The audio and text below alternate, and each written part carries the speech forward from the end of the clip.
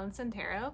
Welcome to my February favorites. So, of course, I was late uploading January's favorites, so it feels like this video's come up very fast, and also with the short month of February. So, seriously, this month just flew by, and these things, some of them I loved for the whole month, and a few of them are some new things that I just barely, so we'll just dig right in. So this month I really felt called to work with the Secret Language of Animals Oracle, the Chip Richards. The artwork is by Jimmy Mann, but the deck is by Chip Richards. I absolutely love this. So these are the backs. And I love the animals that are chosen for this deck. I think it's a really great variety. Of course, I love Jimmy Mann's artwork, as you know, from the Isis Oracle. Ooh, I love this one. We actually went whale watching this month. The whales are around the islands. My boyfriend was working on the big island and he saw a bunch of whales, so he came home and was like, let's go whale watching, and we saw a whole bunch of whales. Beautiful. Anyways, this deck is just really well-rounded with the water animals, mammals, birds, and I just love the artwork. Oh, I love these ones too. So then we have like earth, and then there's also water, fire, salmon. So yes, I've just really enjoyed this one, and it's beautiful. Here's another one, wood. So sort of like an elemental card. So I actually really like those, and ooh, one of my favorites, wild horse. So, Secret Language of Animals, very calming deck, and the guidebook is really great, the information that they give, because they also give you a message from the animal and then about the animal, so it's all sort of combined, and it's quite a chunky little book for an oracle deck. So I really love that deck. All right, next, of course, we have, this is like without a doubt, right? You guys aren't even surprised anymore. It's the Tarot Vampires by Ian Daniels. I was using this from months previously, just carried over just with how much I love it and continuing on, growing with it and enjoying it. It definitely can be supportive, but then also, sorry, there's like a mosquito, and will almost like put me in my place, or put me in like the right frame of mind when I'm feeling sort of like scattered. So supportive in that sense too. Yeah, and I can't say it enough. It really makes me smile. It makes me happy. So beautiful deck. I know you all know how much I love this. I could just show the whole thing. They're just so overly dramatic, but so perfect. I love this. Okay, so Tarot Vampires. Continuing to work with it, absolutely love it. This is the fun one. Okay, so we have Smoke, Ash, and Embers. I uploaded a walkthrough, first impressions sort of unboxing of this. I did not think that I would see this deck until the end of March, maybe even April. And I know I said it in my walkthrough video, but when I saw the Royal Mail box, my daughter brought it in and set it on the counter, and I just glanced over and I was like, oh my gosh, because we get mail here like 3 times a day, so sometimes it's delivered like at dinner time. So yeah, so I was at the sink doing the dishes and she came and set it on the counter, and I just glanced over and I was like, oh my gosh, is that? And my brain almost didn't register what it was because I thought it would be a while. I got the email being like, hey, it's on its way, and I was like, cool, I'll see you in a while. No, showed up so fast. And please head over and watch this, because the unboxing was just really fun, and everything done by this creator and how everything was packaged was just so thoughtful and very caringly put together, and I really loved unboxing it. So that was fun. But let's get to the deck. I'll show you the backs. Even though I know I did a walkthrough of this, I just want to talk about it briefly because it's only been about a week, and it is just so sweet, and I already love it so much. We're still, of course, in that getting to know you phase. but I like how it can be, this is one of the extra cards. I like how it can be sassy, but also kind, friendly, even though you would think it might be a little, so one of the notes that was written with the deck was just very like, I don't know, it was so sweet, almost like they were hiding and, you know, let us know when we're ready to come out and do some readings. And I really liked the way all that was formatted. It's just so sweet. I don't know, I'm definitely still in that like smitten phase, so it's hard for me to form like, oh, I love it. And the artwork is just absolutely stunning. Of course, the production quality is just as beautiful as Oak, Ash, and Thorn. And this deck is completely and utterly filling a void for me in my collection. And I've been searching for a dragon deck. Oh, this one, just look at how powerful. And any other dragon deck that I've sort of looked at over the years, I just didn't quite click with. So this has enough of the dainty, beautiful, sometimes even young and childish and powerful, epic fighting dragon vibes across the whole spectrum that it really just works for me. This is one of my favorite cards. And then just like with that last one I showed, let me see, there's quite a bit, but I'm really loving this dark background that they're doing on a lot of the cards. And like there's this sort of like use of the negative with the white specks, like the stars in the back. Just the artwork style is just really beautiful.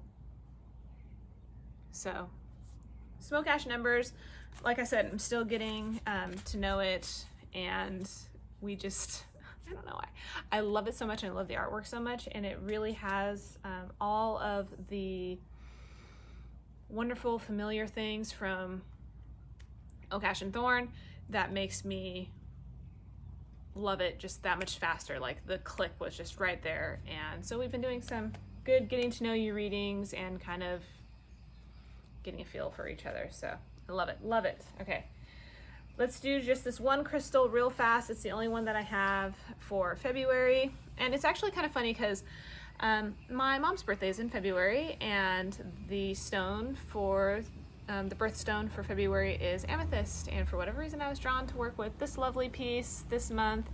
Very gummy piece. This is such a pretty purple.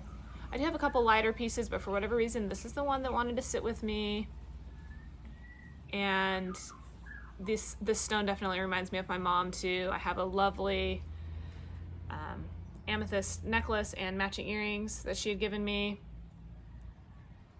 So yeah, it's just total amethyst vibes this month. Just been loving it. And this has really been the only stone that I've wanted to. I do keep several others like my orange calcite and a Burmese jade on my table at all times. But for whatever reason, this is the one that I just wanted to sit with and hold while I was working with these decks.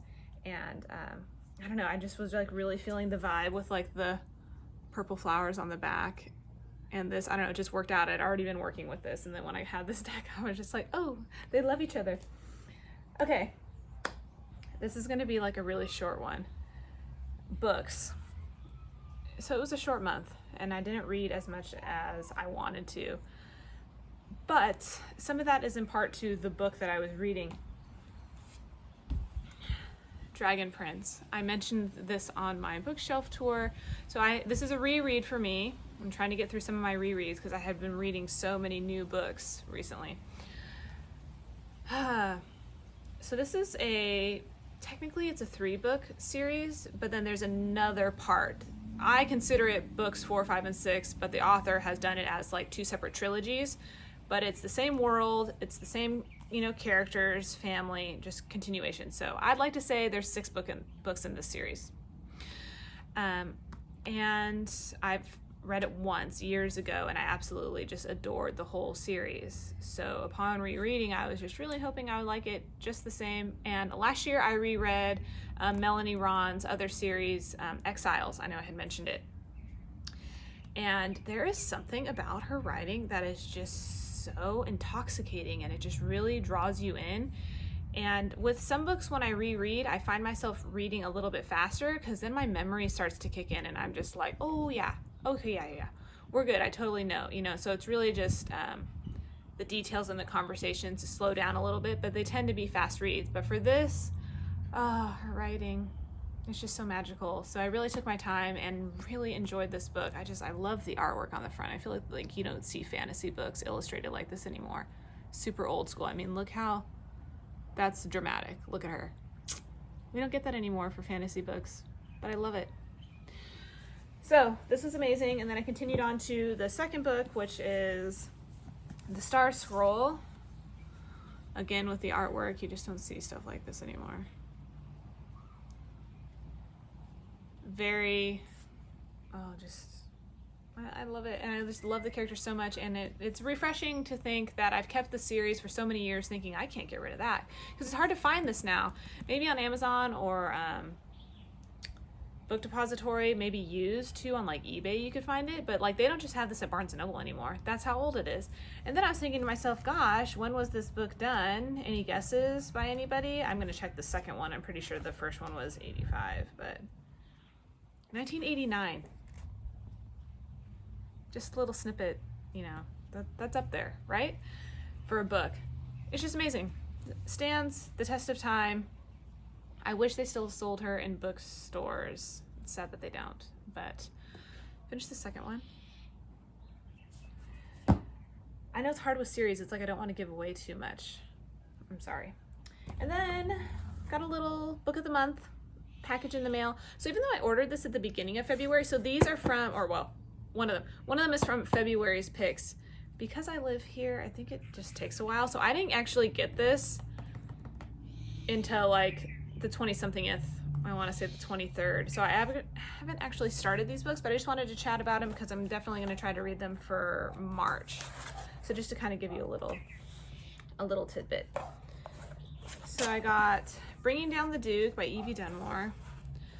So I believe this is along the lines sort of, so the series is called A League of Extraordinary Women. And I believe at this time there's 3 books in this series. And just a little snippet, a daring Oxford rebel takes on a powerful duke in a love story that threatens to upend the British social order.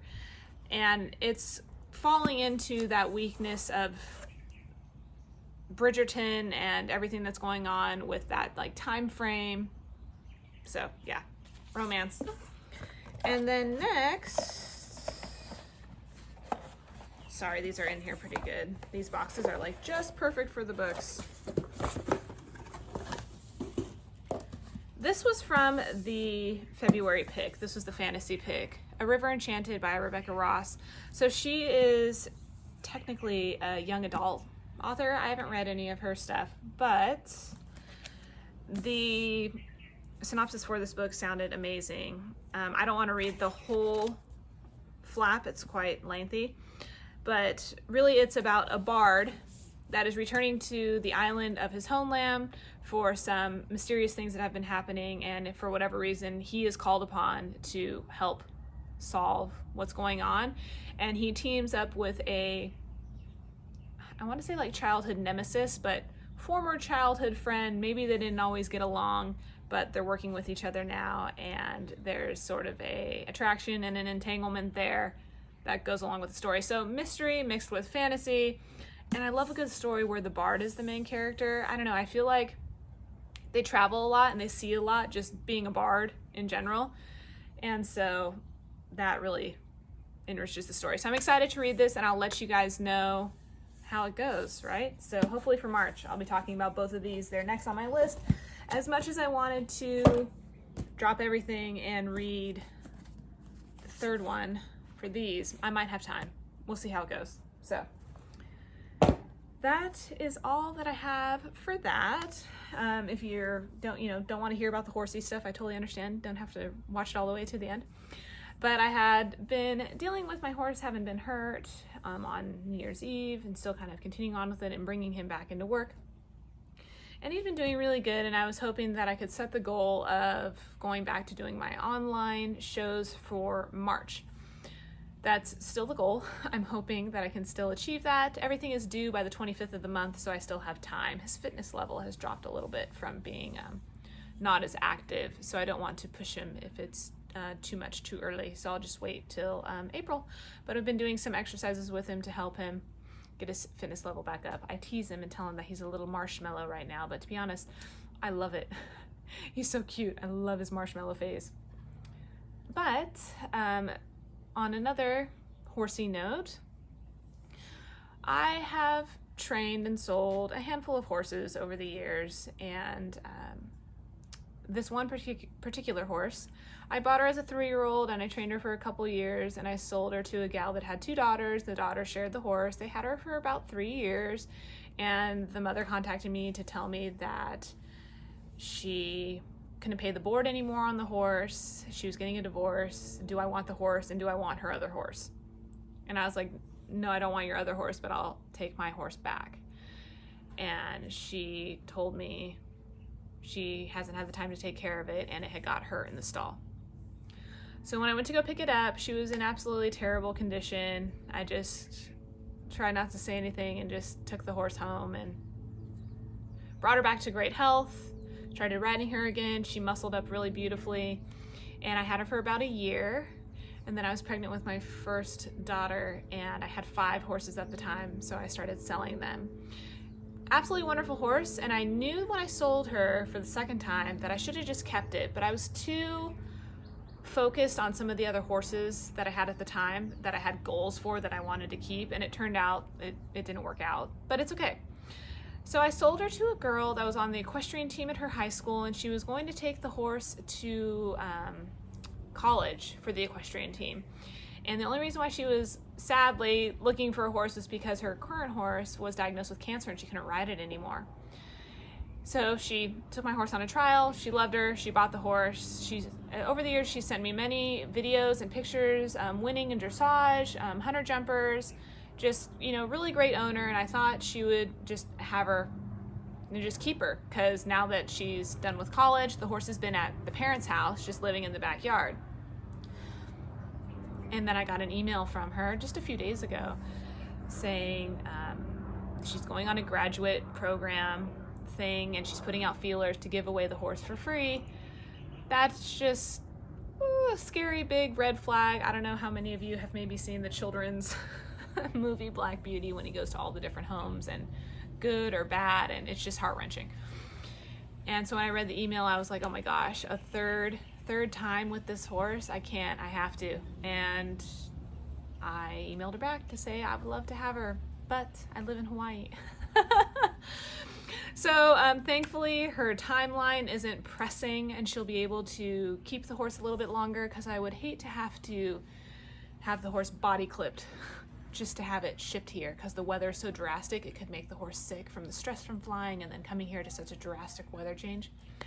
But she is in Southern California, and if we wait until her winter coat sheds out and she's got her summer coat, it'll be a little easier on the horse. So thankfully she's flexible on time, and it also gives me time to find a place for her here, because my current riding barn doesn't have open stalls, so I would have to be on a waiting list, but I'm not sure if it would work out timing wise with the flights and everything. So big exciting thing. I kind of got a little emotional when I read the email, just because Marlon, that I have, my current horse, he's lucky number 7. So I had trained and sold 6 others, and out of the 6, I really regretted selling 2 of them. One of them being this horse that she wants to give back to me, and another one being a horse that I probably shouldn't have sold, because it wasn't like all there. She was a little loose marbles. Come to find out, she was just being a broodmare, and they're breeding her because she was an immaculate color. So that's fine. But I'm just grateful that she emailed me first, because when I sold her the horse, I was like, please contact me if anything happens and you need to sell this horse. Please contact me first. So I'm so glad that she did. And lo and behold, after all these years, she's had the horse for 8 years, the horse is still registered in my name from the first time that I owned it when the horse was a 3-year-old. She's 16 now. So through first, I had her registered in my name, and then the next owners never switched it, and they lost the papers. I had the papers reprinted in my name, sold her a second time. So all these years, she's still been registered in my name, and it actually makes it a lot easier for this whole process. So just a funny little thing, right? And I'm very excited, and I'll give you guys another update on next month's favorites. So thank you so much for watching. That's all I have. If you made it all the way to the end through the horsey stories, thank you so much. And I'll see you guys for the next one. Bye.